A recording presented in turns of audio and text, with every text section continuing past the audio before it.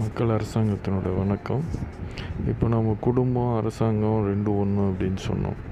நான் குடும்பத்தில் இருக்க அப்பா அம்மா குடும்ப பொறுப்புகள் எல்லாத்தையும் அவங்க கையில் தான் இதுவாங்க. ஒரு பொருள் வாங்குறது, வெளியே போகிறது, வர்றது, எல்லா விஷயத்தையும் பண்ணுறது, ஒரு பணம் சம்பாதிக்கிறது, ஒரு பொருளை வாங்கி கொண்டாந்து வீட்டில் சேர்க்கறது, ஒரு பொருளை கொண்டு போய் விற்கிறது, பசங்களுக்கு வேண்டியது செய்கிறது, எது எல்லாத்தையுமே அவங்க பொறுப்பில் தான் எடுத்துப்பாங்க. ஒரு காலத்தில் ஆண்கள் மட்டுமே தான் அதை செஞ்சுக்கிட்டு இருந்தாங்க. இன்றைக்கி கொஞ்சம் பெண்களும் அதை மாற்றி அமைச்சிருக்காங்க. அது ஒரு சந்தோஷமான ஒரு விஷயம். பெண்களும் வெளியில் போகிறாங்க, வேலைக்கு போகிறாங்க, அவங்களும் இந்த குடும்பத்தின் மீது செய்கிறாங்க. எடுத்துக்க அரசாங்கத்தை பார்த்திங்க அப்படின்னா, ஒரு முதல்வர் எந்த வேலையும் செய்ய போகிறது கிடையாது. முதல்வர் கீழே துறைகள் தான் இருக்கே தவிர அவர் எந்த வேலையும் செய்யப்போம். அந்த துறையில் இருக்கக்கூடிய அதிகாரிகள் இருக்காங்க. அந்த துறையில் அதிகாரிகள் அப்படின்னா ஒரு துறைக்கு 3 பகுதி இருக்குது. ஒரு பகுதி எப்படின்னா ஒர்க்கர், ரெண்டாவது பகுதி என்ன அப்படின்னா ஸ்டாஃப், அதுக்கு மேல் பகுதி என்ன அப்படின்னா மேனேஜ்மெண்ட். இந்த ஒவ்வொரு துறையிலும் இது இருக்குது. அது உங்களுக்கே தெரியும். நீங்கள் வேலை செய்கிற எல்லா துறையிலுமே இருக்குன்றது உங்களுக்கே தெரியும்.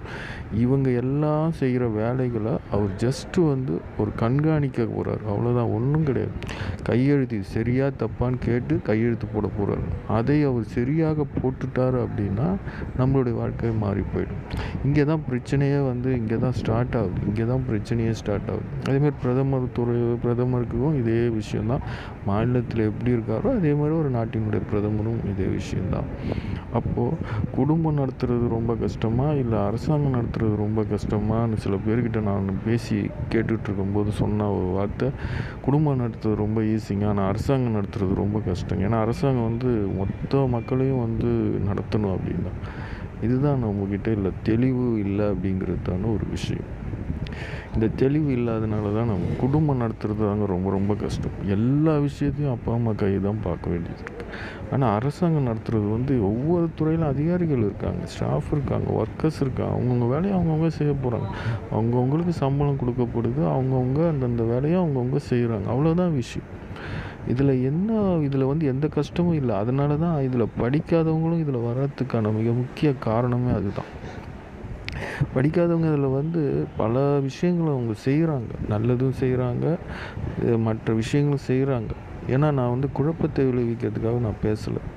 நீங்கள் தெளிவு பெறணும் அப்படிங்கிற ஒரே நோக்கத்துக்காக தான் நான் பேசுகிறேன். அதனால் குடும்பம் நடத்துறது கஷ்டம்னு, அரசாங்கத்தை வழிநடத்துறது கஷ்டம் இல்லைன்னு நினைக்காதீங்க. இது இன்னொரு மற்ற வீடியோவில் பேசுவோம். தேங்க்யூ.